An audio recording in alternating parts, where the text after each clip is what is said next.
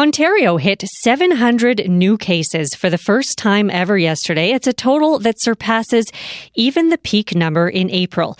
The surge is causing concern all across the province, even here in the Northwest, where so far our numbers have remained fairly stable. However, Thunder Bay has already seen its first confirmed case in an elementary student, and the weather is definitely cooling off, which means we'll all be spending more time indoors. Dr. Janet DeMille is the medical officer of health with the Thunder Bay District Health Unit, and she joins us on the line to bring us up to date on the COVID-19 situation in our area. Dr. DeMille, good morning. Good morning, Amy. So when you heard that number yesterday, 700 new cases, what was your reaction? It was a pretty heavy reaction, I think.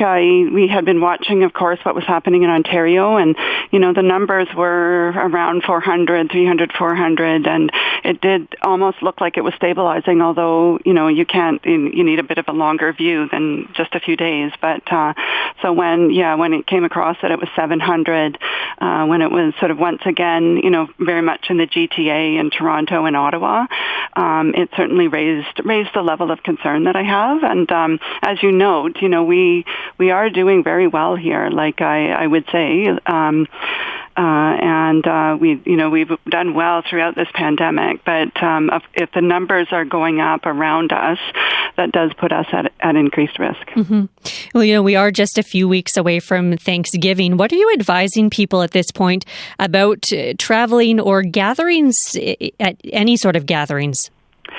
Yeah, so I mean, yeah, it is challenging, and I think this is just a reflection that this is not a normal year, and what we might have done last year at this time, we just can't think about doing the same thing again, right? This is not normal times. Even if we are doing well, we really have to look at where we might be, and in terms of from a public health perspective, I'm always looking out the future and where we might be and making the recommendations. And when it comes to Thanksgiving, when it comes to any people doing travel, I think I'm just encouraging everybody to really rethink what they're doing for travel and for Thanksgiving, because we really have to, batten down the hatches right now and make sure we have all our measures in place. And we will be coming out with some more specific recommendations on travel this week. But the essence of it is to really avoid any non-essential travel outside of northern Ontario, so all across the north.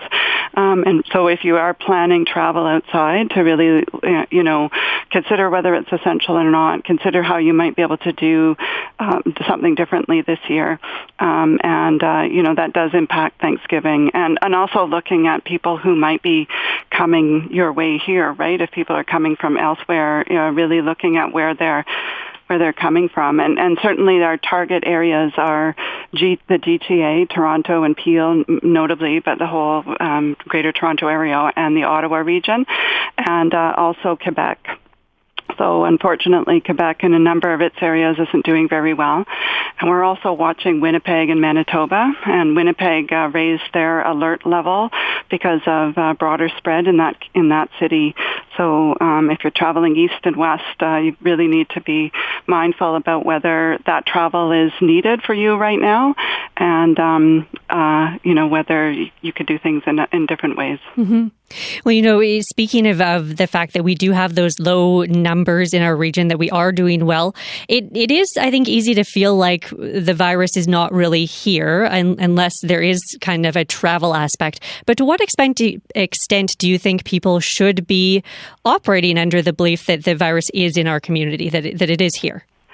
Yeah, well, I think the virus is here, and we're doing a lot of testing. I realize that there's challenges with the testing right now, but we are still doing a lot of testing, so we've got good surveillance out there. But the testing is always a week or two behind what's actually happening in the community. So we could actually have spread, whether it's in Thunder Bay or in any community in this area, There could be cases already there that we just haven't picked up at this time. So we really very much need to operate like the virus is here, that it's potential, that it is potentially spreading, and that, when I think of where we could be in a month from now, we could be in a really different situation that we're currently in. So you always have to plan for what could be happening and where we'll be in a month. So, I would encourage everybody to really review what they're doing and making sure they're really strengthening, all those measures. If you're sick, please stay at home. If you have any symptoms, please stay at home. Get tested. I know that's problematic, but get tested. Always, as much as possible, maintain 2 meters from people, unless they're in your household, right? If you're going to work, make sure you're 2 meters from others, and wash your hands. So all of those measures, and wear a mask, of course, when you're going into places or when you can't maintain 2 meter distance. So all of these, and also the gathering limits. So a couple of weeks ago, they introduced those gathering limits. So within a household or outside, the limit is 10. But even this is a time to really look at all their interactions that they're having, and starting to really reducing those. So, if you're gathering, keep it within your household or a very close circle of people, and be very mindful, because what we're seeing across the province is that gatherings in people's homes are resulting in transmission of the virus. If even one person was there and maybe they had mild symptoms, but they were there, and it can often spread to more than 50% of the people who are at that gathering, even more. And then, of course, those people can go to their homes, and go to their workplaces, or if there's children involved, they go to schools and daycares. And one case, one person with COVID who may not have even realized that they had COVID could result very quickly in a large number of subsequent cases. So we really need to take measures to protect that from happening in this area. Well, we did have the one case of a student in the city. Could you update me on what was learned about that case and its impact on the school at this point? Yeah, so that was, as you indicate, though, the first case of an individual with COVID being in a school setting, and you always. We were prepared for that, of course, but you always find, ways to improve on the response. But I would actually say it really did go very well. We connected with the school, got the information we needed to very quickly reach out to the people who might have been exposed.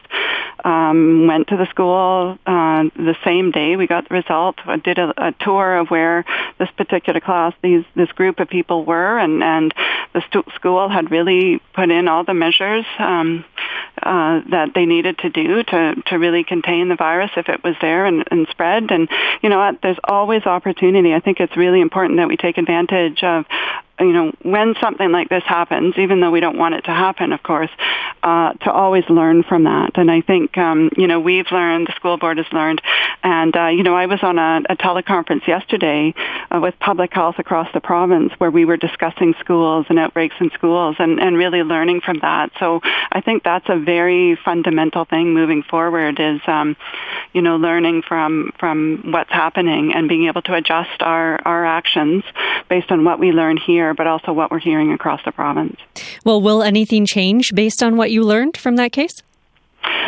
You know what? I think I think it's really just strengthening certain measures, maybe putting more focus on some measures, like even in the school setting, to enhance them. I know we were talking about the personal protective equipment for teachers, for example. I think it's also, highlighted for me, we got the information we needed about sort of class lists and contact information for parents. It seemed like it was in half an hour of asking for it, and attendance lists for particular days. So I think that was an example of something that worked really well, and we want to make sure that we can do that with any other schools. So, I think we're still in that sort of a heightened surveillance with the school right now.